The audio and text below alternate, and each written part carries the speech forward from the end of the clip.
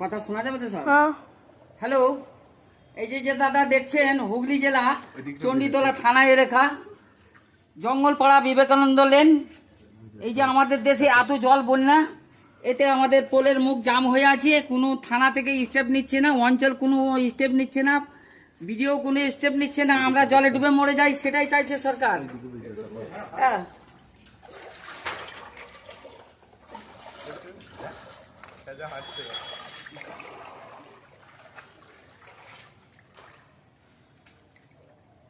দাঁড়া ধরে রাখ, নেটে দিতে হবে বিদ্যুৎ। এই যে দাদা দেখছেন জল, কত জল, এই জলে আমাদের কি বিপদগ্রস্ত হয়ে আছি। আমাদের কোনো স্টেপ নিচ্ছে না, আমাদের পোল জাম হয়ে আছে, পোল আমাদের পরিষ্কার হচ্ছে না, কি অবস্থায় আছি আমরা।